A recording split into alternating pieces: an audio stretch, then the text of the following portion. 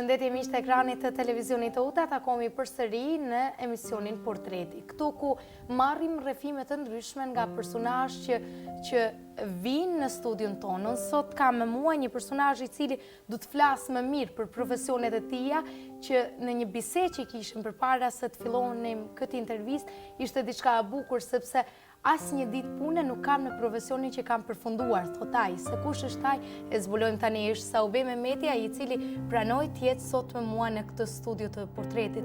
Faleminderit. Faleminderit juve për ftesën Jonida. Vërtet është një kënaqësi që më riktheni në kohën e mëparshme dhe kështu çka na ka mbetur në kujtesë, do ta rrëfej para josh me kënaqësinë më të madhe.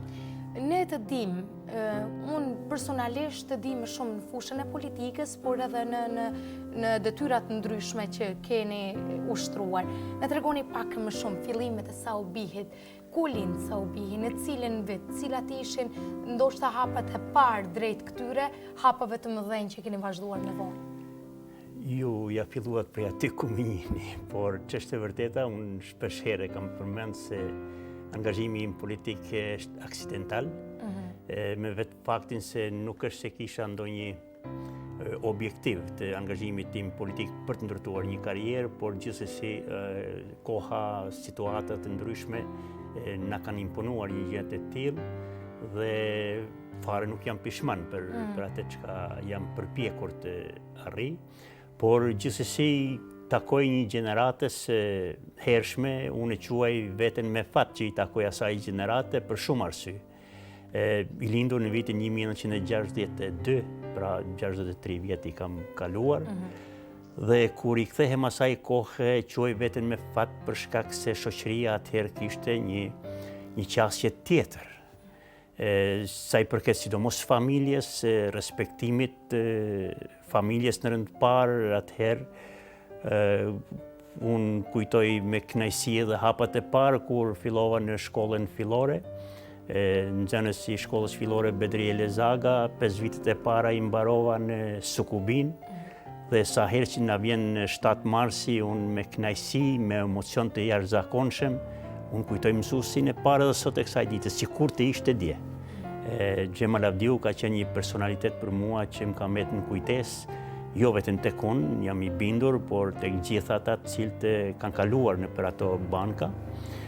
Unë e veçoj mësues Xhemalin, sepse ka qenë mësuesi im i parë, ku edhe i kemi mësuar shkronjat, tani nxënësit mësohen para se shkojnë në shkollë, janë të përgatitur, por shkronjat e para i kemi mësuar në ato banka, dhe me nostalgji e kujtoj atë periudhë.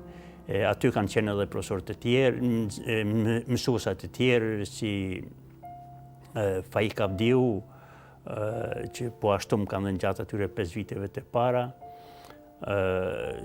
Fadil Avdiu, Sylo Kurti, Sulejman Kurti, Sylo Kurti që e kemi quajtur ne mësues Sylo, Mehmet Cuci, pra kanë qenë një gjeneratë ndër gjeneratat e para të mësimdhënies, por që kanë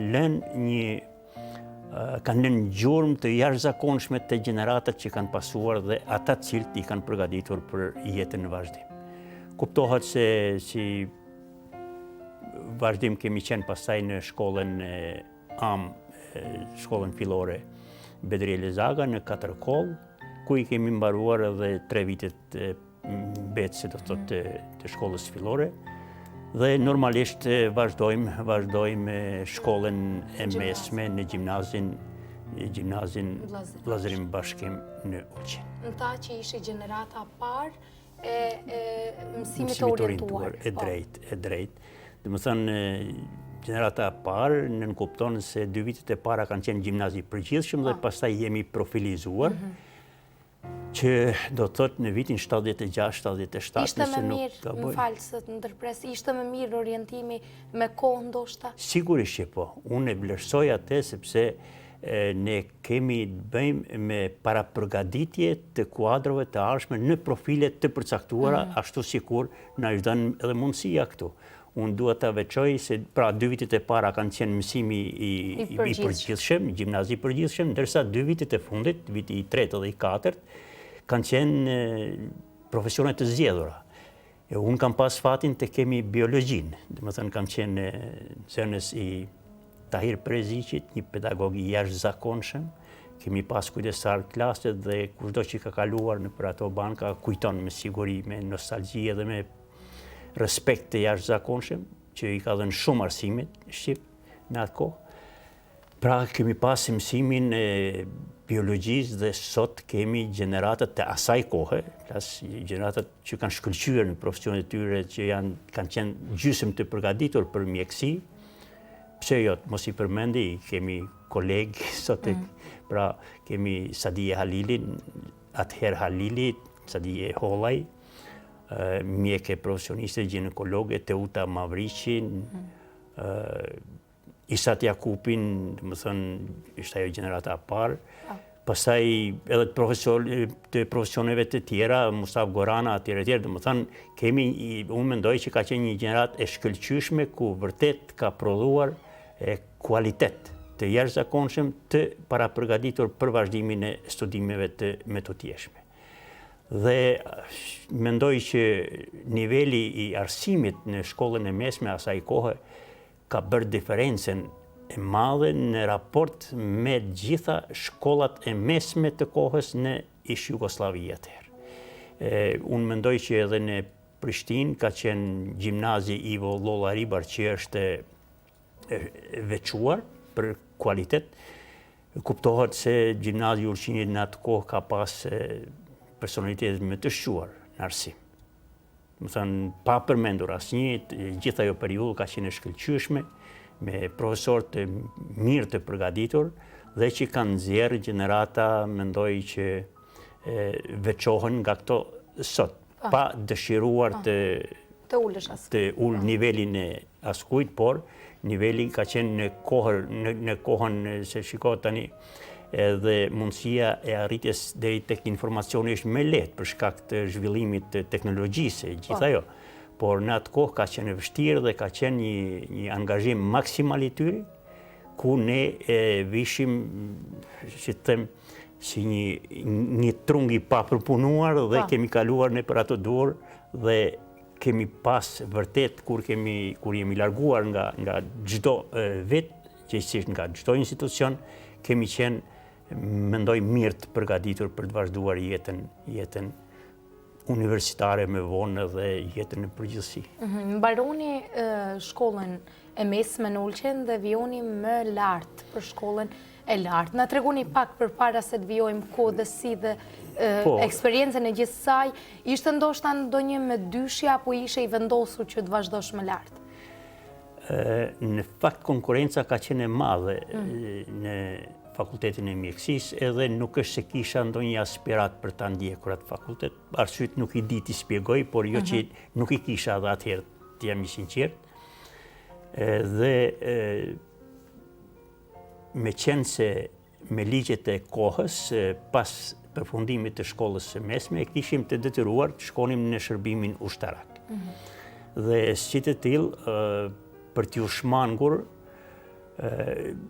kisha dëshirë për të regjistruar fakultetin, por ende i pa përcaktuar deri në momentet e fundit. Lëndë shoqërore nuk është si kisha prioritet. To shkencën, sidomos shkencën, kisha edhe afinitet pak a shumë, edhe më pëlqenin siç ishte matematika, kimi, fizik, këto drejtime. Dhe aty isha i fokusuar, por i pa përcaktuar. Dhe në një moment caktuar, ndonjëherë fati edhe të prin,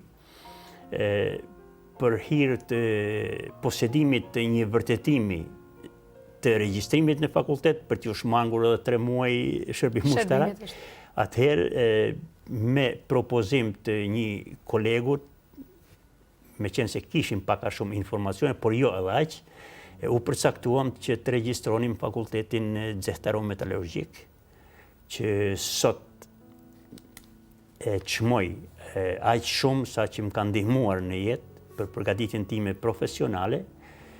Fakulteti zehtarometallurgjik ka qenë i vendosur në Mitrovic, sot e quajnë Mitrovicën e Veriut, por unë e njoh Mitrovicën të tërë, në gjitha kufijt, më thënë, me Zubin Potok, Leposavic, Banjsk, Zvečan, Mitrovica e Veriut, kanë qenë një komunë, dërsa tani po dim se çka ka ndodhur. Dhe unë dhe kolegu im Ismet Gjoni kemi qenë gjenerata e parë studenteve në Mitrovic. Edhe pse aty kemi gjetur nxënës të shkollës së mesme, kryesisht të shkollës së mesme të medicinës, ku sot i kemi para pensionit, mbase dikush ndoshta edhe është pensionuar që i kemi gjetë aty dhe kanë dhënë kontribut të jashtëzakonshëm. Mitrovica ka qenë një qytet i veçantë, me ngrohtë, shumë familjar. Dhe sa herë që kujtoj Mitrovicën, besoni që ndjej një emocion të jashtëzakonshëm dhe unë gjithmonë e trajtoj si shtëpinë time të dytë.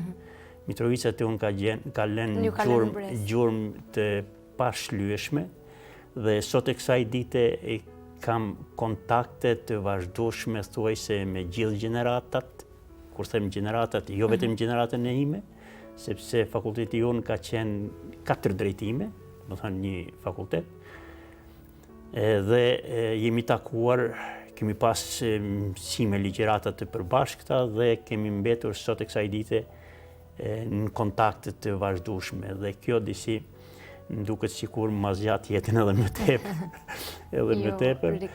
Por ajo që ka filluam në fillim, pra ishte një rastësi që unë të regjistroj atë fakultet dhe pastaj normalisht vazhduam një vit në shërbimin ushtarak, ku si i ri asaj kohë, sapo i kisha mbushur 18 vjet dhe ishte hera parë që unë largohem për një periudhë të gjatë nga shtëpia.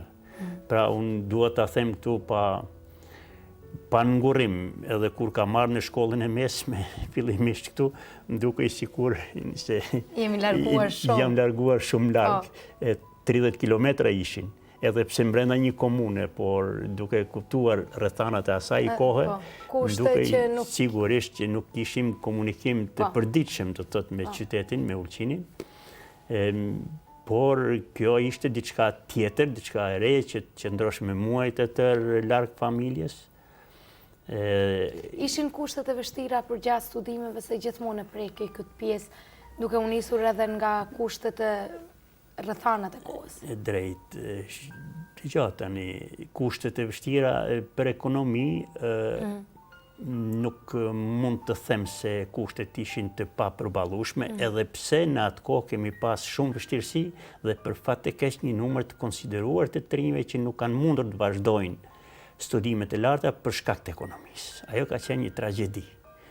Por sidoqoftë në familje kemi qëndruar mirë ekonomikisht, fal prindërve të mi, babait i cili ka qenë shumë i zellshëm edhe pse herët është pensionuar për shkaqe objektive. Dhe kemi qenë edhe vetë pak a shumë të angazhuar me punë në bujqësi, kemi krijuar të ardhura, por unë duhet të them që me 1/3 e pensionit, unë për mua kam mjaftuar që të kaloj një muaj edhe që ka qenë edhe diçka tjetër më rëndësi, që në atë kohë kemi pas një stipendi nga komuna dhe që materialisht, financiarisht nuk kemi qëndruar keq. Do të thënë nuk kemi pas vështirësi, por vështirësitë kanë qenë të një natyre tjetër, ku në mungesë të literaturës duheshim të merrnim sa më shumë informacion gjatë ligjërata kemi qenë të rregull, sepse nuk kishim ku të merrim informacion tjetër. Në një periudhë caktuar kam qenë i detyruar të shkoj edhe pse kishim shumë bariera në gjuhë, do të thotë në gjuhën serbokrate të asaj kohe, por me kalimin e kohës i përvetëson pak a shumë, edhe kam qenë i detyruar të shkoj disa herë në Beograd në fakultetin homolog, do të thonë të fakultetin teknologjik në Beograd, të furnizohem me literaturë, sepse atëherë, do të thonë niveli i arsimit ishte i njëjtë në gjithë Jugosllavinë. Thjesht literaturë shkencore që më kanë ndihmuar jashtëzakonisht shumë, na ka lehtësuar pastaj punën gjatë studimeve, por gjithsesi me kalimin e kohës edhe profesorët tanë, jo që ishin, zëvendësonin prindrit e mi, se edhe kur je larg, por vërtet kemi pas një kask të profesorëve të jashtëzakonshëm, të cilët kanë dhënë maksimumin për përgatitjen e brezave të arshëm, inxhinierëve të arshëm, të cilët nuk kanë kursyer asnjëherë kohën, spaku kohën jo, por edhe financiarisht kanë ndihmuar duke mos lënë mbrapa edhe gjeneratat që do të vinin dhe janë përkushtuar me që kanë pas. Do të thotë, jo vetëm për të krijuar mundësi për botimin e literaturës, që kanë dhënë kontribut të jashtëzakonshëm, se me vonë pastaj secili nga profesorët brenda një kohe të shkurt kanë arritur që gjithë ato përgatitjet e veta, informacionin që kishin, të nxjerrnin, botonin librat akademike, cilat na kanë shërbyer pastaj gjatë vazhdimit të studimeve. Dhe sa herë që kujtoj fakultetin, më kujtohen disa profesor të jashtëzakonshëm, ka qenë ndër doktorët e parë dhe për mua idol. Ka qenë Ekrem Beqiri, një profesor i PE-s, profesor i operacioneve teknologjike, ka qenë ndër doktorët e parë të shkencave të asaj kohe të atij profili. Profesor doktor Shefqet Rashani, ka qenë disa mandate dhe dekan. Mbi gjitha një zonjë grua heroin e vërtet, Lulieta Pula Beqiri, bashortja Ekrem Beqirit, ka qenë një pedagoge jashtëzakonshme, cila na ka dhënë kimin fizike, Ilir Hoxha, shumë se i kemi pas diku mbi 30 profesor, po aq edhe asistent dhe laborant, sepse ne njëkohësisht kemi ndjekur edhe ushtrimet laboratorike. Sa për fakultetin e teknologjisë, çka të them? Unë besoj që vetëm kush ndjek dhe ka informacion për atë drejtim, din ta vlerësoj. Fakulteti ka zgjat 5 vjet dhe në vazhdim pastaj vitet tjera fillon edhe tjerë të ndjekin fakultetin e teknologjisë, nga Ulqini e kam fjalën, nga Ulqini. Mesin e tyre ka qenë i ndjeri Luan Molla Beqiri, i cili pati edhe fatin ta vazhdoi të punojë në Krypore për një kohë të caktuar. Atëherë Hamit Ismailaga, Nasser Tula, Xhemal Cenaj, shumë të tjerë. Dhe atëherë sikur edhe ne filluam disi të relaksoheshim, se kishim edhe bashkëvendas që komunikonim çdo ditë, ndihmonim njëri tjetrin në qoftë ligjërata, qoftë në provime. Dhe ndukej se fillum të familiarizoheshim edhe ne, por mbi gjitha dua të them edhe një herë, ta potencoj, se mbase nuk më jepet rasti, dua ta shfrytëzoj maksimalisht këtë emisionin tuaj dhe një herë duhet ju falenderoj për ftesën që më rikthyet në ato kohra, familjet në Mitrovic. Edhe pse kishim banesën e paguar, menzën e kishim paguar për gjithë muajin, në fillim të muajit i kyshim ato obligime, çdo fundjavë thuajse me radhë na merrshin edhe mu, sidomos edhe Ismet Gjonin, në për familjet e tyre, ku kaloshim një fundjavë të mrekullueshme, ndiheshim vërtet sikur në shtëpinë tonë. Dhe kjo e bën Mitrovicin për mu shumë të afërt, shumë familjare, dhe sot e kësaj dite unë sado që ju falenderohem, ma merr mendja që nuk mjafton. Nuk mjafton, por unë bes sikur unë bes diçka borxh.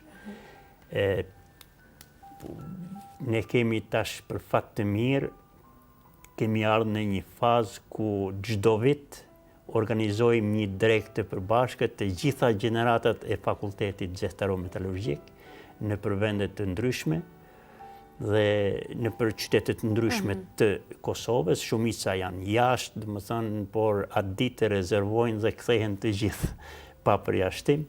Një diçka shumë e bukur, të rikthehesh në kohë.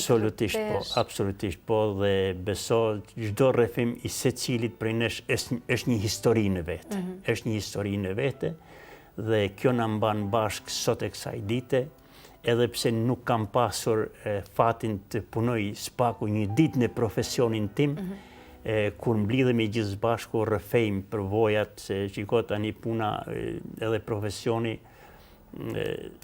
mund shikohet në dy aspekte. Në aspektin material, financiar, ngritjes profesionale, edhe ndërtimit të një raporti edhe me kolegë, shok e miq. Domethënë, kjo është ajo. Mirë po, kur rrëfejmë përvojat e secilit, vërtet të lënë mbresa të cilat edhe nga njëherë nuk mund të imagjinosh, sepse në një kohë të saktuar, edhe pse po përgatitesh, mbaron një fakultet dhe fati nuk t'jepet që ta ushtrosh atë profesion, se unë jam i bindur sikur kisha pas mundësinë të punoj sa do pak në profesionin tim, do t'jepja shoqërisë mbase më shumë se sa kam mund t'i jap, jo vetëm në anën ekonomike, por pse jo edhe politike. Dhe gjithsesi unë çfarë them, sikur inxhinier që isha i detyruar të punoja edhe shitës cigaresh në një kiosk në Katërkollë, që besoj të gjithë ata të cilët janë furnizuar aty e kujtojnë sa u bihin, dhe unë jam shumë mirë njohës. Unë vërtet një shitës cigaresh kam qenë. Po kjo është e bukura, mos më bash atë mendjen e madhe dhe punosh gjithçka. Por që kur ke kontakt të përditshëm me masën, atëherë kupton vlerat e njerëzve, vlerat e shoqërisë. Unë vërtet kam qenë pak mbase edhe jo i rregullt në punë në ndërthojza, se Katërkolla vend i vogël. Vend i vogël, edhe pavarësisht nga ajo, ka pas disa pika ku mund të furnizoheshin, por në kioskun ku isha unë, nuk ka qenë kiosk ku unë i shërbeja. Ato shërbeheshin vetë. Moment saktuar mbas edhe nuk isha aty, por asnjëherë dera e kioskut, sporteli i kioskut, në brenda orarit të punës, edhe jashtë orarit të punës, nuk ka qenë i mbyllur. Pra, aq ndërtuam një raport që nuk kisha nevojë të isha fare aty në një farë forme, dhe kjo më kujtohet, më thënë, me ato njerëz të mrekullueshëm, që të vinin dhe për vështjerave dhe kalonim edhe kohën bashkë. Një përvojë për mua shumë me vlerë. Një përvojë me vlerë. Dhe më keni vërtet më keni ngjall shumë emocione. Po, të rikthehet ndoshta edhe si ashtu është. Dhe unë jam shumë mirënjohës atyre njerëzve, pa përjashtim. Pa përjashtim, për gjatë gjithë asaj periudhe, diku 9 vite që kam punuar aty, unë vetëm mund të them fjalët më të mira. Mbas këtyre 9 viteve, ku vendoseni, ku drejtoni? Po, është edhe një element mbasi jo fort i rëndësishëm, por gjatë studimeve duat kthehem edhe pak se një element, një moment që vërtet më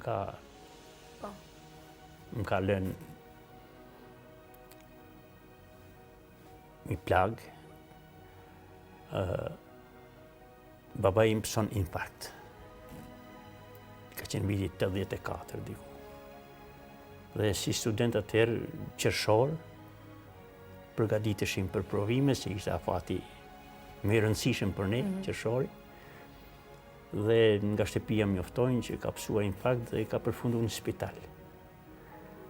Dhe 2 herë, 3 herë ditë në komunikim me familjen,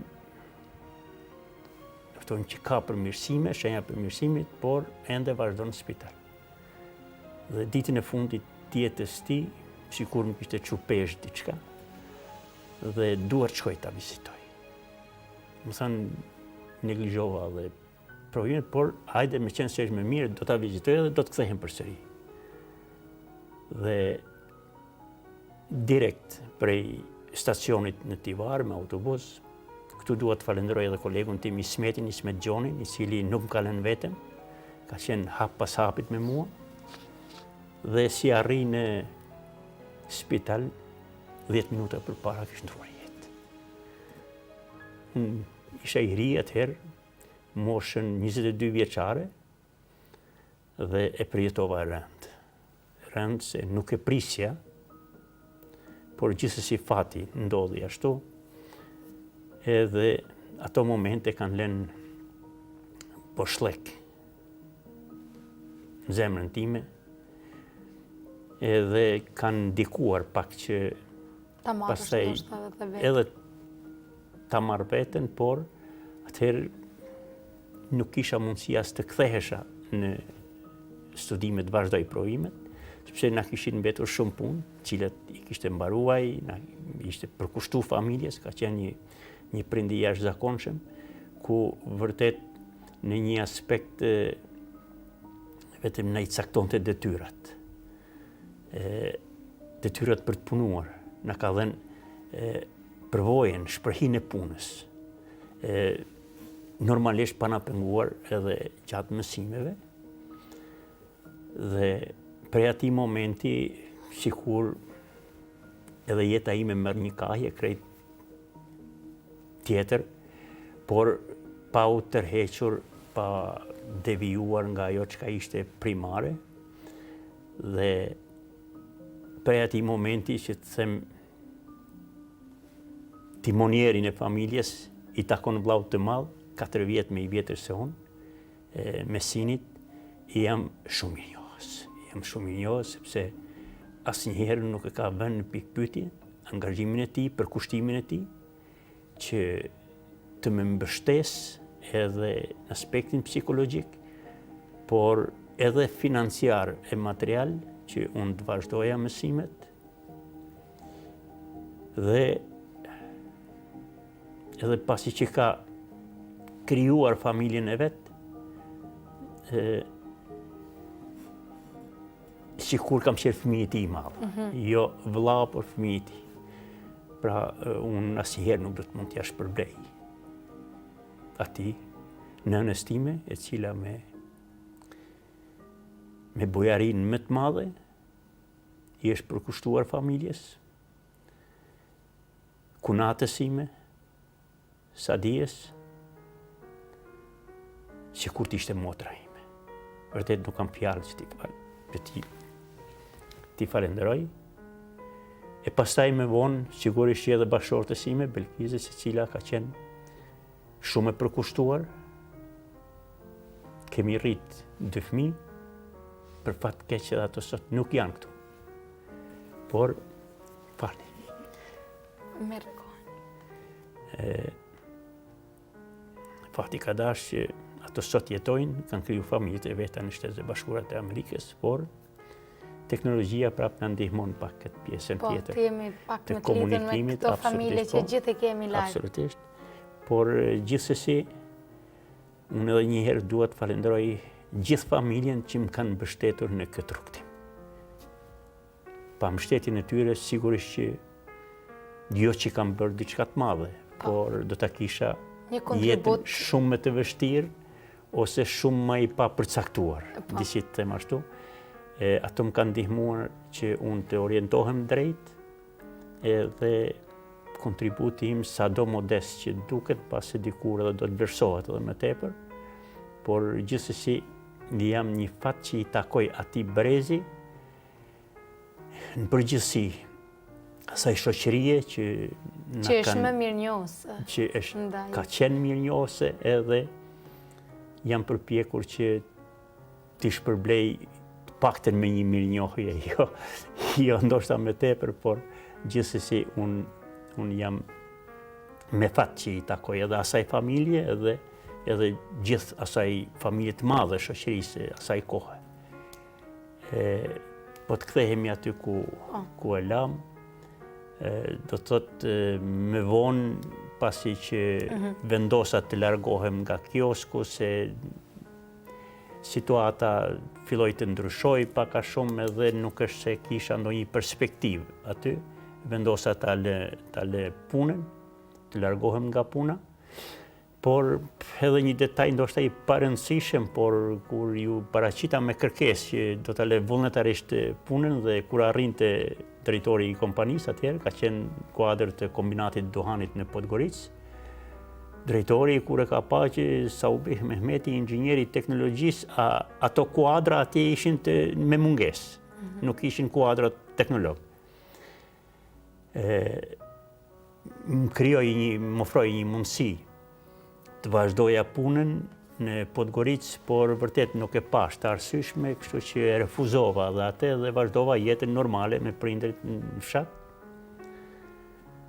Dhe për një periudhë isha i pa punë deri në vitin 2002, në kuadër të angazhimeve politike. Atëherë emërohem si komandant në njësitin e zjarfikësve, ashtu quhej atëherë, komandant për 4 vite, për një mandat të plot, deri në vitin 2006, deri në 2007 në qershor, me atë bazën ligjore e të drejtës ligjit për të përfituar nga largimi i mandatit. Dhe pas asaj kohe, vjen një periudhë kur përsëri për shkaqe politike detyrohem të largohem nga puna. Me një ofertë të një kolegut tim, kolegut edhe ai teknolog, i cili ka studiuar në Mitrovic, kishte hapur një biznes vetin në Kosovë fillimisht e pastaj edhe në Shqipëri. Dhe më fton që ta ndihmoja në aktivitetin e tij, mu duk si intriguese kështu të drejtën oferta, dhe pse jo, thash, mos e provoj. Edhe ashtu se kemi ndërmend të orientohemi diku në profesion, ta shohim çka mund t'japim, profesione të ndryshme. Dhe për mua, gjatë kohës që qëndrova në Tiranë, se hapi zyrën në Tiranë në fillim, e vërtet po ashtu ka lënë gjurmë tek unë, në anën profesionale. Nuk do të thotë të përfitosh nëse punon vetëm në profesionin çka dhe ju keni mbaruar fakultetin, për çka dhe jeni i aftë ta bëni. Por gjatë rrugës njeriu mëson edhe diçka tjetër të re, dhe për mua ka qenë një përvojë e jashtëzakonshme koha që kam qenë në Tiranë. Pra për vitit... U detyruat të zhvendoseni edhe me gjithë familjen? Jo. Tirana është afër, edhe atëherë ka qenë afër. Çdo 2 javë maksimalisht isha në shtëpi, shpeshherë vishin edhe familja në Tiranë, kështu që kemi qenë në këtë rrugtim, domethënë në këtë relacion pak a shumë, sepse fëmijët ishin në shkollë dhe nuk kisha dëshirë që t'i largoja nga shkolla prej këtu t'i zhvendosja atje. Nga bindjet e mia jam shumë lokalist edhe dua që të marr nga vendi im, por fillimisht t'i jap nga vendi më shumë. Gjithsesi, unë mendoj që ishte vendimi i drejtë, pavarësisht që gati 8 vite, diku 7 vite gjysmë qëndrova në Tiranë. Ajo përvojë më ndihmoi edhe në aktivitete më pasme, edhe kontaktet që kemi kriju atje, njerëzit, takimet që kemi pas, për mua kanë qenë shumë të rëndësishme, që edhe sot e kësaj dite i ruaj ato kontakte, dhe mbi të gjitha njeriu me kalimin e kohës, domethënë pjekuria individuale nuk shterr në një moment caktuar, por sa më tepër që kalon kohë edhe më tepër piqesh, në kuptimin figurativ.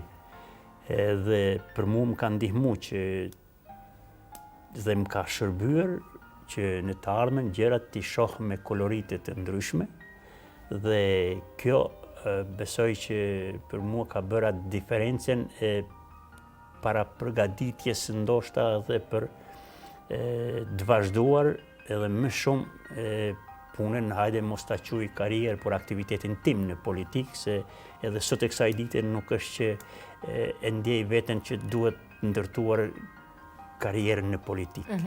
me përjashtim atyre që e kanë profesion, atyre ju sugjeroj që vetëm aty të merreni, por që kontributin e vetë në politikë mund të japë çdo njeri i cili ka idetë e qarta, ka qëllimet e qarta dhe ka guximin që të përballet me realitetet të ndryshme, sepse aktiviteti politik kërkon edhe guxim, jo vetëm përgatitje. Cili ishte kontakti jot me politikën apo impakti parë i kështu? Po në fakt kontakti i parë kuptohet se në fillimet që në vitet 90-ta, faktikisht në vitet 89, kur u formua Lidhja Demokratike e Kosovës, me kryetar, në krye ishte Dr. Ibrahim Rugova në atë kohë, ishte një e arritur e madhe në atë kohë. Pas, me lejimin e shumë partiaksisë në ish Jugosllavi, dhe thuaj se të gjithë shqiptarët ndronin për vetë organizim, për organizim politik që duhet i dalin në balë vetes, për ta menaxhuar situatën politike dhe në kuadër të asaj ndodh që në Maltëzi formohet edhe subjekti i parë politik Lidhja Demokratike në Maltëzi. Kuptohet në atë kohë nuk kishte asnjë shqiptar që hezitonte të inkuadrohej, të jap kontributin. Po, sepse ishte edhe Afrika. Ishin edhe fillimet dhe vërtet ishte diçka që i kishte munguar, jo vetëm shqiptarëve, flasim të drejtën për gjithë Ballkanit, se kuptohet që në Shqipëri ende ishte sistemi monist. Derisa këtu fillon fryma demokratike, mund ta quaja për atë kohë, por paktën e lëvizjeve për shembjen e një sistemi monist që ishte për shumë dekada. Edhe si i tillë, si të gjithë të tjerët, thjesht antarësohem në Lidhjen Demokratike në Maltëzi dhe prej asaj dite sot nuk e kam parë të arsyeshme që duhet ndroj parti, që mund të ndihmojmë më shumë nëse krijojmë më shumë parti, dhe si i tillë, gjatë rrugës në një periudhë prej vitit 1995 deri 99 kam qenë edhe kryetari i Forumit Rinor të Lidhjes Demokratike në Maltëzi. Në atë kohë, Lidhja Demokratike ishte i vetmi subjekt dhe i përfaqësuar në gjitha trevat shqiptare në Maltëzi, dhe kjo e bënte të veçantë edhe si subjekt politik dhe si angazhim. Dhe mendoj që ajo ka qenë një kohë kur të gjithë shqiptarët u vetëdijsuan dhe kanë dhënë kontribut të jashtëzakonshëm pa përjashtim. Por me kalimin e kohës, normalisht që lindin edhe rryma tjera, ide të reja nëse mund t'i quaj kështu, dhe sot kemi një kolorit të subjekteve politike, që për mua nuk është e papranueshme, por unë dua t'i referohem një thënie të një akademiku të madh, Mark Krasniqit. Mark Krasniqi në atë kohë ishte kryetari i Partisë Demokristiane të Kosovës, dhe me formimin e subjektit të dytë në shqiptar në Maltëzi, disi e ka përshkruar në një formë shumë thjesht. Shqiptarët në Maltëzi me 5% sa ishim në atë kohë, a pretendojnë ta marrin pushtetin në Maltëzi? Ishte absurd, ta mendosh, e jo ta shprehesh, apo të luftosh për një gjë të tillë, sepse shqiptarët në Maltëzi ne ishim në e vetmja komunë ka qenë shqiptare Vulqini, të tjerat nuk ekzistonin si komuna, edhe ajo çka unë thotë ju sugjeroj, Mark Krasniqi, nuk ka pluralizëm mes shqiptarëve në Maltëzi, sepse jeni pakicë.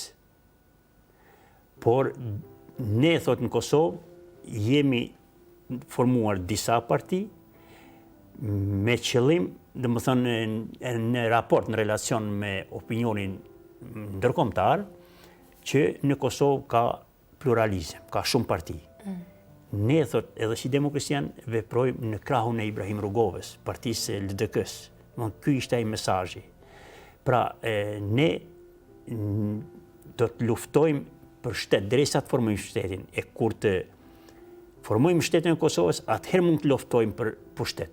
Që neve na lën topin në fushën tonë, që ne nuk luftojmë, nuk duhet luftojmë për të marrë pushtetin në Maltëzi.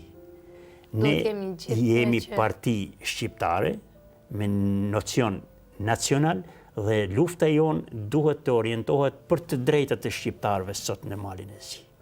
Pra, kjo ishte ajo bindja që ne kishim fituar që me kohë, që subjektet politike shqiptare, pa marrë parasysh rrethanave të ndryshme, shënjestër cak duhet të kenë të drejtat e shqiptarëve sot në Malin e Zi.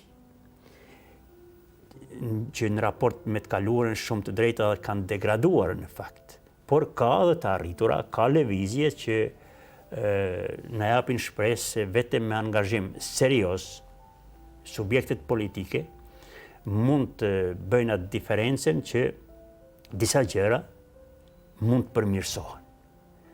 Prandaj unë bileftoj edhe të rinjt, edhe gjeneratën e juaj se ju duhet ta vazhdoni, domethënë jeta vazhdon.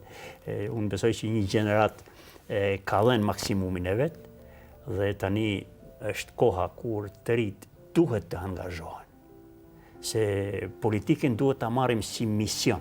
Kjo dhe këtë edhe doja të pyesja, shihni që gjeneratat e reja janë të fokusuara për idealin, për kombin, që të kontribojnë edhe në politikë? Shiko, unë nuk them që nuk janë për kombin.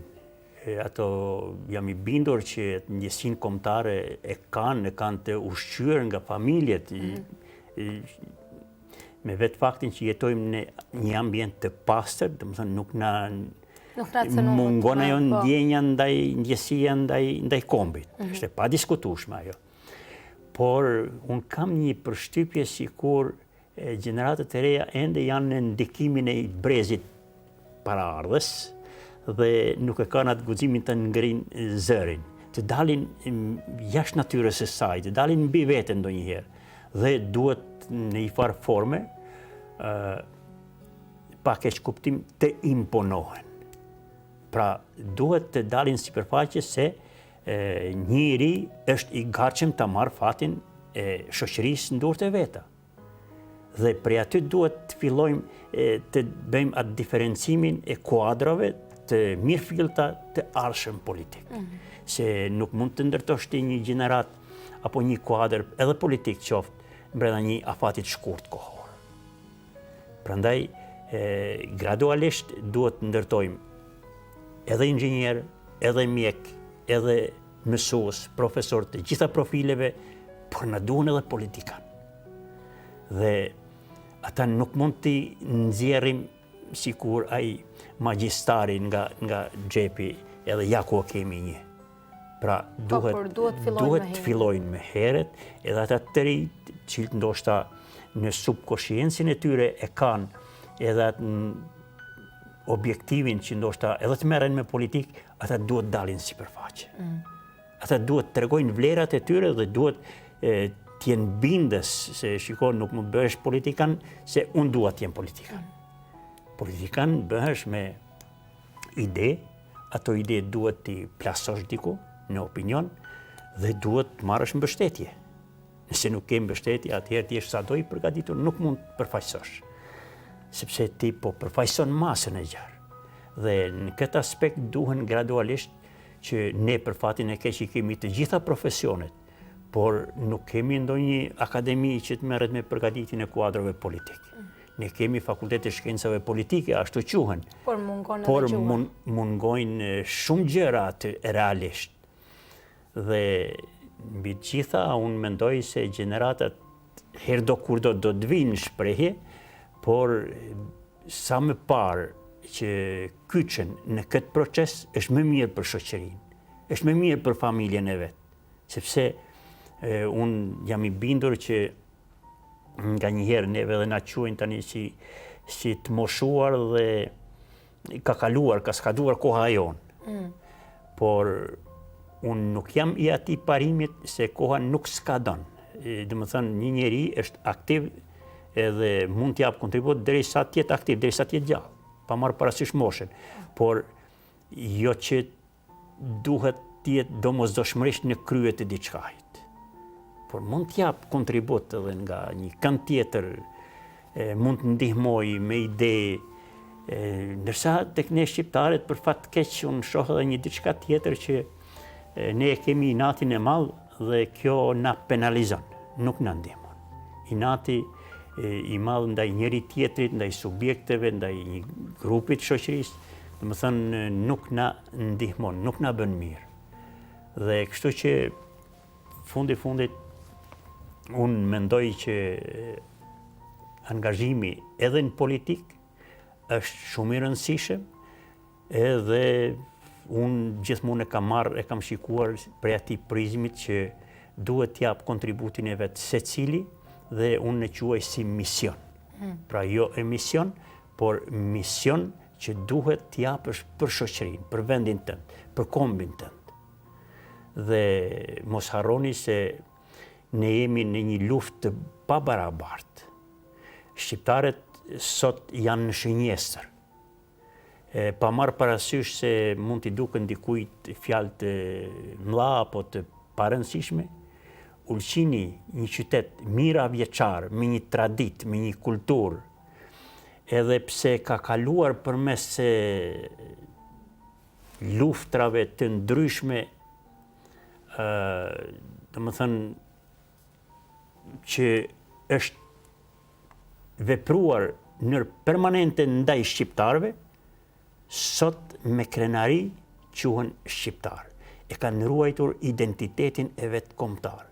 Dhe kjo është një pasuri, kjo është një thesar, dhe këtë duhet ta ruajmë. Nuk është koha, ende nuk kemi arritur atë nivelin, se shikon, sado që ti jemi ne shqiptarët demokrat, nëse komshinit nuk i kemi demokrat, atëherë kemi probleme. Kemi shumë probleme, jo pak, por kemi shumë. Dhe në këtë aspekt unë them që në base tani është koha më e mirë e angazhimit politik, por e një angazhimit të mirëfillt politik, ku do t'i mbledhnim të gjithë forcat në një pikë dhe prej aty të vepronim gjithë së bashku, jo të shpërndarë. Se u dëshmuam që përçarja nuk na ndihmon, përçarja na penalizon. Çdo ditë, çdo orë që kalon, çdo ditë që kalon, e vazhdojmë të jemi të përçarë, nuk i ndihmon qëllimit final të angazhimit politik të asnjë partie shqiptare. Këtu nuk bëhet fjalë për një pozicion kush duhet jetë i parë. I parë mund të jetë një, jo shumë të parë.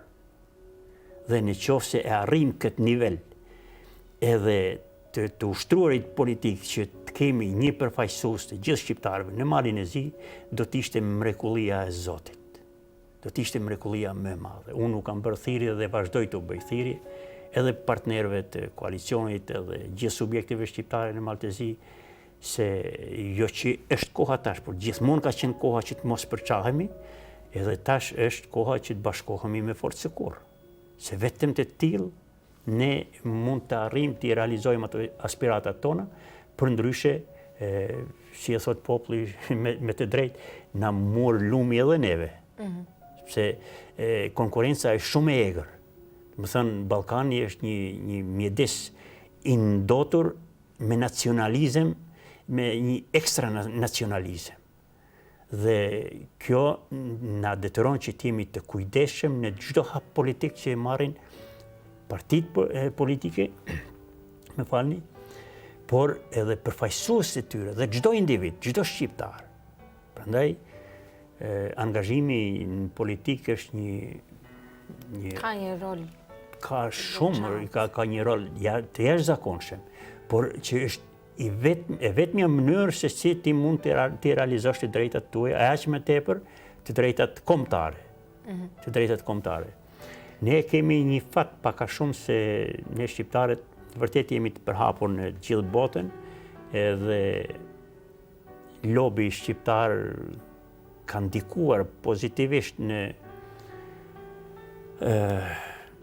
ndërgjegjësimit dhe të faktorit ndërkombëtar, ose të paktën të përqimit të një informacioni të drejtë ndaj shqiptarëve kudo që janë.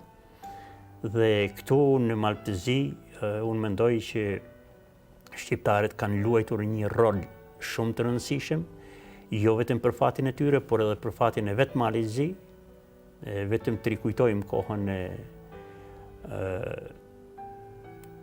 shpalljes së pavarësisë, domethënë organizimit të referendumit, ku faktori shqiptar ka qenë faktori i cili ka determinuar fatin e Malezit në kohën e referendumit. Pra, ka ndikuar që Malezit shpallet i pavarur dhe që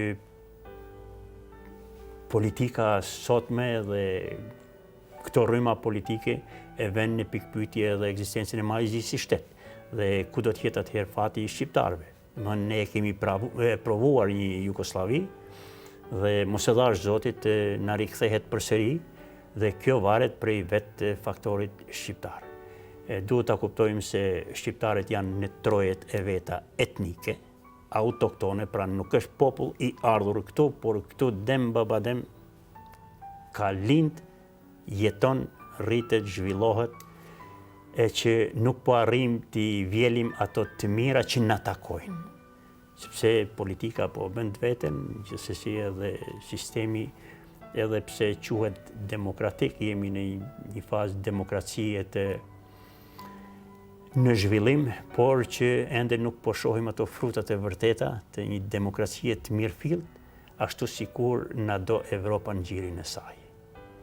Po, cili do t'ishte ndryshimi për shqiptarët në Maltëzi në qoftë se marrim rrugën drejt Bashkimit Evropian që të... Po, shiko, kjo është një pyetje... Kjo është një pyetje mjaft interesante dhe mjaft e gjerë. Po, a do të kishim ne të drejta më të mëdhaja? A do të... Cila të mira do të na vinin? Unë mendoj se tashme edhe Bashkimi Evropian edhe Shtetet e Bashkuara të Amerikës e kanë kuptuar më drejt rolin e shqiptarëve në Ballkan. Fati i shqiptarëve në Maltëzi nuk varet vetëm nga ne, duhet jemi të sinqert. I sinqert me vetvete një ndërën parë, pastaj edhe me opinionin. Fati jonë shumë i lidhur ngushtë me shtetin amë, do të thënë me Shqipërinë ndërën parë, edhe me Kosovën si shtet, me i ri. Mos harroni se shqiptarët ka edhe në Maqedoni, ku përbëjnë diku 1/3 e popullsisë. Shqiptar ka edhe në luginën e Përsheves, ku është një përqindje e konsideruar e shqiptarëve. Dhe të gjitha ta janë trojet e veta etnike, sikur shqiptarët sot në Malin e Zi. Dhe ne për fat keq territoret shqiptare kanë ardhur duke u ngushtuar për shkak të ekspansionit të nacionalizmit të komshive. Më thënë, ne dim periudhën e vitit 1880 diku, mbas vitit 80, dëbimin e shqiptarëve nga Sanxhaku i Nishit. Në vitin 1954, dëbimin e shqiptarëve nga trojet e vetë nga Kosova me aksionin e Rankovicit të asaj kohe, që shumica e tyre janë larguar për Turqi. Edhe Sanxhaku të Novi Pazarit, Pazarit Ri. Edhe rrudhja e tokave shqiptare në Maltëzi. Do thotë, kjo është si rezultat e ekspansionit dhe e një okupimi, mund ta quajmë me gojën plot, okupimit politike serbe të asaj kohe, e që edhe sot vazhdojnë në atë drejtim, dhe shqiptarët çka duhet bëjnë? Unë mendoj që shqiptarët janë aq të zgjuar, sa që e thash edhe më herët që vetëm bashkimi, një platformë e mirëfillt, e përbashkët, mund të na sigurojë një të ardhme më të lumtur. Sepse fati është në anën tonë se edhe Bashkimi Evropian i kushton rëndësi të madhe të drejtave të pakicave në një shtet, kudo qofshin. Si të tillë, unë mendoj se ne e kemi mesazhin e qartë vetëm duhet ta implementojmë edhe të hartojmë një platformë të përbashkët. Ne gjithmonë i kemi veçuar disa fusha ku ne kërkojmë të drejta, më të mëdha se sa i kemi sot, në përdorimin e gjuhës shqipe në rënd të parë, në historinë e popullit shqiptar. Unë me të drejtën nuk e kam pas tash këto vitet e fundit historinë e shqiptarëve, por unë me sa kam informacion, disa lëmi, në disa periudha mësohet historia e popullit shqiptar. Jo ajo që të kenë informacion të plot. Në kohën time, kur isha në klasën e 8 të shkollës fillore, ne kemi pas vitin e 8, klasën e 8, gjatë gjithë vitit kemi mësuar historia e popullit shqiptar. Një libër i mirëfillt, në të gjitha periudhat e popullit shqiptar është mësuar historia.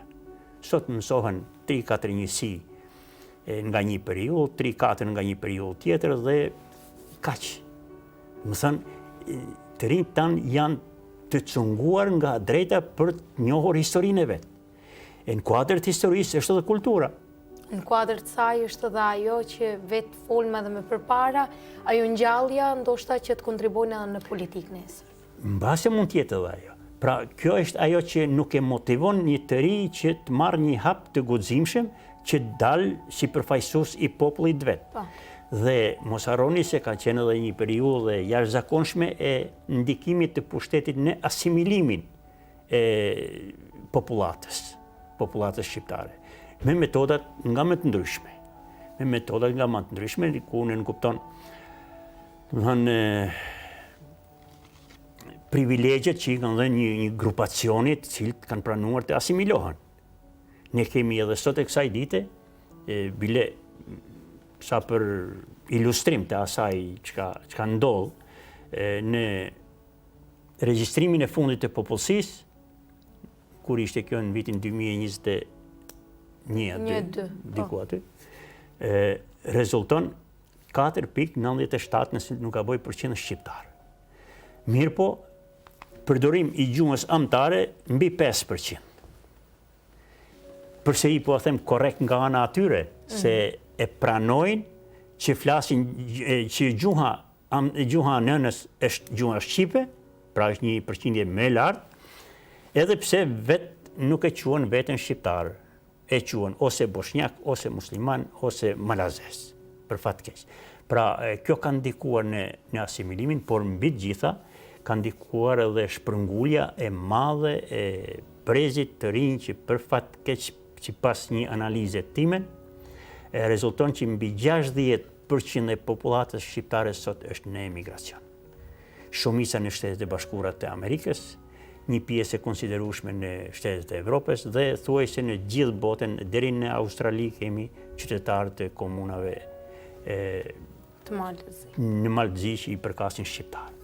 Dhe në këtë aspekt unë edhe njëherë ndoshta nuk e teproj nëse e potencoj që ne kemi nevojë për një aksion të përbashkët për ruajtjen e të drejtave shqiptarëve në rënd parë dhe ngritjen në nivelin e duhur të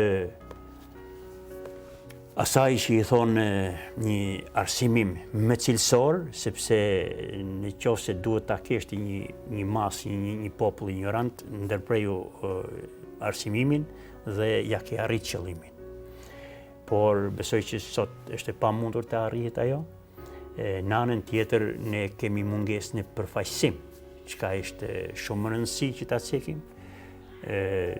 Gjithherë kemi edhe në kuadër të angazhimeve politike kemi kërkuar përfaqësim proporcional, domethënë edhe të kemi përfaqësues shqiptar në institucione edhe shtetërore, që për fat keq është një disproporcion i lartë në mes të realitetit dhe asaj përqindje që jemi si komunitet, sepse atëherë do të kishim edhe informacion, se me vetë faktin që nuk i kyshur drejt për drejt në institucionet, mungon edhe informacioni se çka ndodh atje.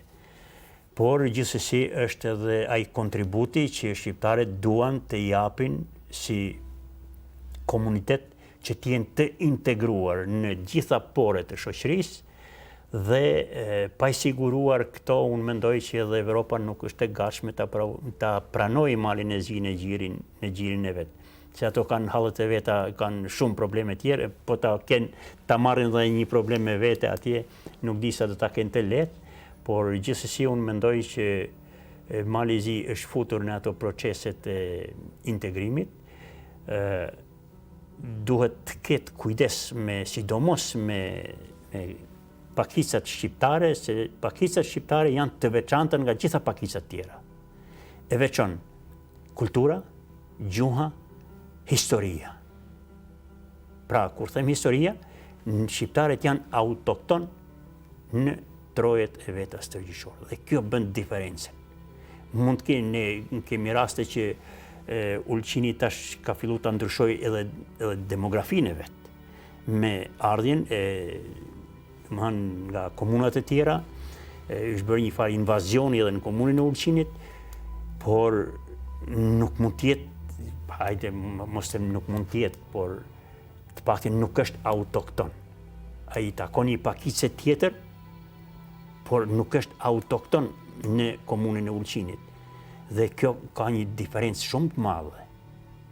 Pra, një qytetar, një komunitet, një masë e gjerë, që është lindur aty, me mira vjet jeton aty, ku ka ndikuar në zhvillimin e këtij qyteti dhe qyteteve tjerë, fshatrave, në përgjithësi të trevave të tyre, ka ndikuar në zhvillimin ekonomik, edhe të një mirëqenie që me sakrificë, përsa dhe me gjak se kanë nërujt edhe atë, se luftrat janë zhvillu her pas here, dhe sot jemi në një situatë që me një politikë të gabuar, apo me një papërgjegjshmëri, po edhe politike, mund të zhdukim gjurmet e asaj që quhen autoktone. E vërtet. Të shkojmë pak paralel. Nga viti 2006 deri në vitin 2019, sekretar i Lidhjes Demokratike në Malëzi, ndërsa nga viti 2019 ju bëni kryetar i Lidhjes Demokratike në Malëzi.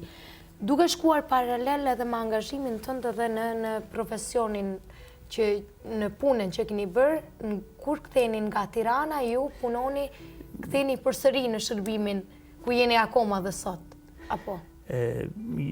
Po, në fakt pjesërisht, sepse është mbrenda ombrellës komunës. Në vitin 2014 kthehem si kryeshef në policinë komunale, ku kam punuar në policinë komunale, ku kam punuar për një mandat plot, domethënë deri në vitin 2018. Ulqini ka shumë probleme në infrastrukturë, në shumë gjëra që nuk dua t'i hapi ato shumë.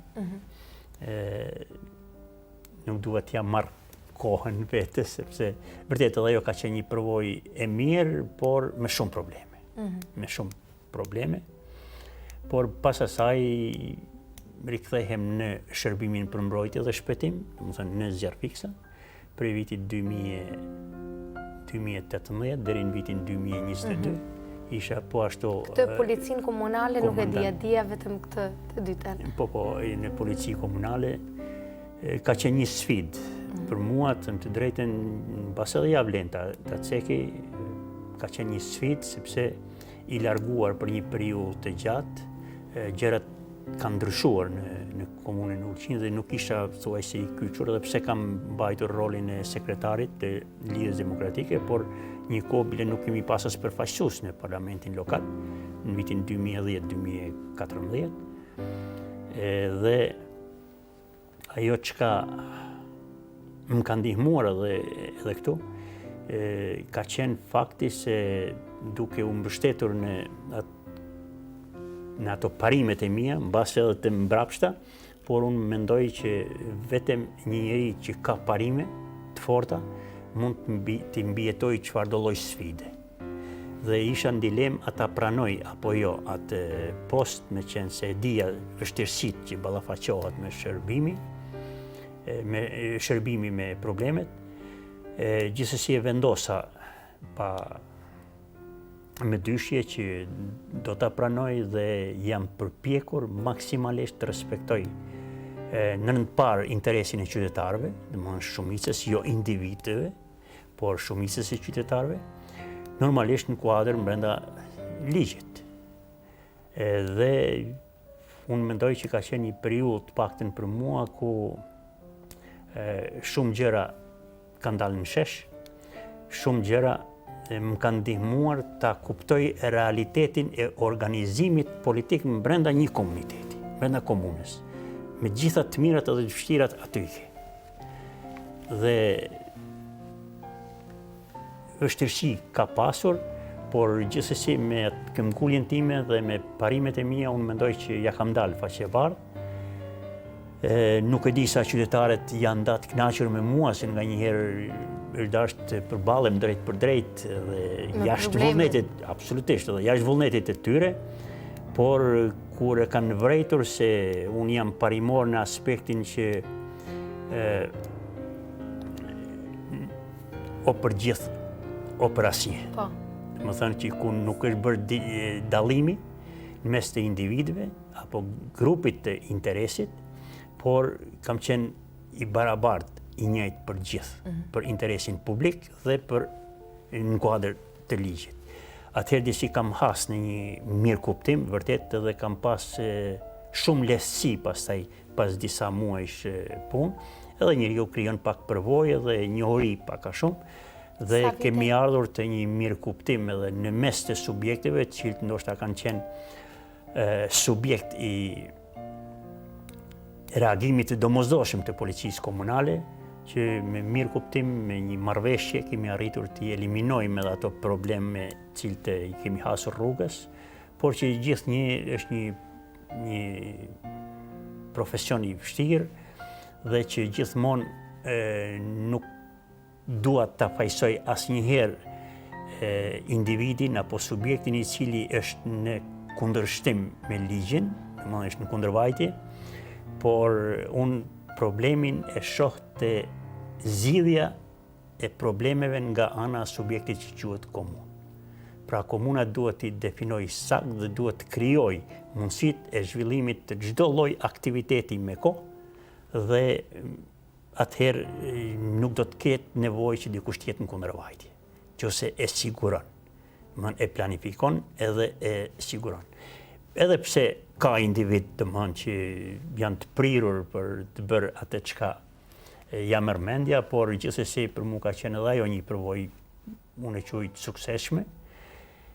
E për shërbimin e zjarfiksave, çka të them, unë kam pak edhe nostalgji edhe e vlerësoj jashtëzakonisht shumë si shërbim, edhe përveç tjerave e vlerësoj edhe si detyrim të një qytetari që t'jap maksimumin, sepse në kuadër të atij shërbimi dhe atij aktiviteti varet jeta e qytetarëve, varet pasuria atyre, dhe të shpëtosh një jetë dhe të shpëtosh një pasuri që me djerës, me sakrifice ka krijuar në vite me radhë, është vërtet një satisfaksion edhe përkundër lodhjes, pasi që përfundon aksioni me sukses, gjithmonë mbizotron ajo egoja e secilit se diçka bëra mirë për qytetarin tim, për vendin tim, dhe kjo shtyn t'i harrosh të gjitha vështirësitë që i ke gjatë punës. Nga viti 2018 deri 2022 ishe të kryeshëm. Po, kam qenë komandant i shërbimit për mbrojtje dhe shpëtim. Për fat të mirë kemi tani një gjenerat të re, të cilët janë të përkushtuar, janë profesionalisht të përgatitur dhe rezultatet e tyre i shohim çdo ditë në qytetin tonë, jo vetëm në qytetin tonë, sepse po me aksione të ndryshme. Po, ne kemi bashkëpunim edhe me komunat të tjera, ku në reciproke i shkojmë njëri tjetrit në ndihmë, dhe aty nuk ka munguar asnjëherë pjesëmarrja jonë në situata ku vërtet për shkallëzimi i situatës ka qenë nivel më të lartë, ku nuk kanë arritur ta menaxhojnë njësitë përkatëse në komunat përkatëse, por që është dashur edhe përvoja dhe ndihma normalisht e zjarfikësve tonë dhe nuk po them për çudi as për ironi të fatit, por unë po them për shkak të përkushtimit profesional të tyre, gjithmonë kanë marrë dhe marrin lëvdata nga kolegët e tyre se vërtet janë mirë të përgatitur. Edhe janë mjaft të guximshëm. Janë mjaft të guximshëm se të shkosh në një teren edhe të panjohur aksionet e kryera nga shërbimi i zjarfikësve të komunës Ulqinit vërtet i kanë impresionuar edhe vetë kolegët të komunave tjera. Sot akoma jeni në këtë? Po, jam në këshërbim me një pozicion shumë të lakmushëm, po them shumë të lakmushëm, jam zëvendës i komandantit, por që vërtet tash edhe ana shëndetësore nuk ma mundëson se unë kisha edhe një aksident me qenë se është rrëfim, edhe kjo mund të futet në pjesën e një rrëfimi ku unë sot jam këtu me ju dhe faljosh, por duke falenderuar edhe mjekët në spitalin e Tivarit edhe Zotin, sepse pata një aksident të rënd në vitin 2023 në tetor, me 6 tetor, ku humba një rënveshke dhe për shkak të gjakderdhjes madhe në organizëm, dhe më thënë të mbrëmshme, mu të shtinështrohesha urgjentisht operacionit dhe tek pas 3 operacioneve, ku në operacionin e 3 nuk dihej fati im, ku ishin humbur gjitha shpresat dhe mjekët, këto i kam marrë vesh me vonë. Sot jam këtu, ndihem mirë, fizikisht kuptohet jam pak me i handikepuar, por gjithsesi përpiqem me aq sa mundem të kontriboj edhe në familje, edhe në shoqëri me aq sa mundem e me aq sa më kërkohet. Unë të dëshiroj vetëm shëndet dhe të falenderoj shumë për këtë bisedë që kishim, por në fund dua me qenë se përmende edhe fëmijë që i keni në Shtetet e Bashkuara, në tregoni pak, jeni bërë gjysh? Gjysh. Mbasi edhe nuk e kam ndjeja ti e shprint, se gjithmonë larg në lëvizje dhe mungesa për fëmijët gjithmonë. Jam bërë gjysh para 2 viteve. Gjysh i një djalit, djali është bërë me djalë, dhe sot gjithë përkushtimin tim ja kushtoj atij. Gjithë jetën time ja kushtoj atij. Vërtet qenë ka një ndjesi e papërshkrueshme të bërë gjysh. Uroj gjithë trit njerë të bëhen prind dhe pastaj do ta kuptojnë vërtet se çka është të jesh gjysh. Shpresoj që edhe në të ardhmen të kenë sa më shumë fëmijë, se pasuria e njeriu dhe një familjes janë fëmijët. Si e ka nipi emri? Nipi emrin e ka Adem.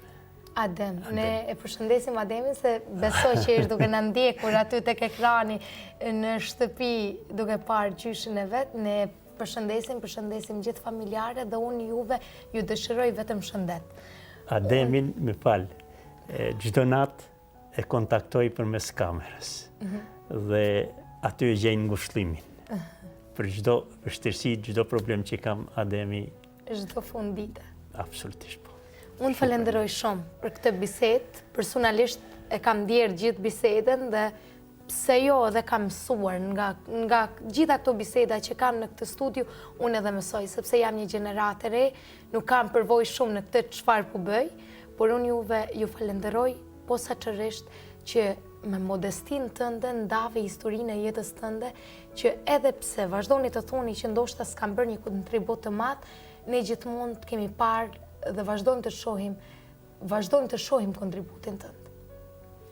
Të falenderoj shumë që pranuat të jeni këtu në këtë studiu me gjithë modestin tënde dhe me gjithë rrëfimin tënd. Jonida, njërë falenderimi ju takon juve për idenë, për punën që bëni, Edhe për këto rrëfime, pse jo? Sepse edhe nga rrëfimet e tjerëve njerëzit mund të mësojnë diçka. Por për mua nuk ishte kjo vetëm një rrëfim, por ishte diçka dhe më tepër se aq. Se nga njëherë nuk ke as me kënd qash hallet. E të rikthesh mbrapa në kohë, vetëm Jonida ka bërë sot me mua. Shumë faleminderit dhe t'jam mirënjohës vërtet. Faleminderit shumë, por falenderoj edhe shikuesit e ekranit të televizionit të UTA që ndjekin çdo javë në orën 8:30 me emisionin Portreti me mua Jonida Trumen. Deri tek takimi i ardhshëm, si gjithmonë, mirë mbeqe.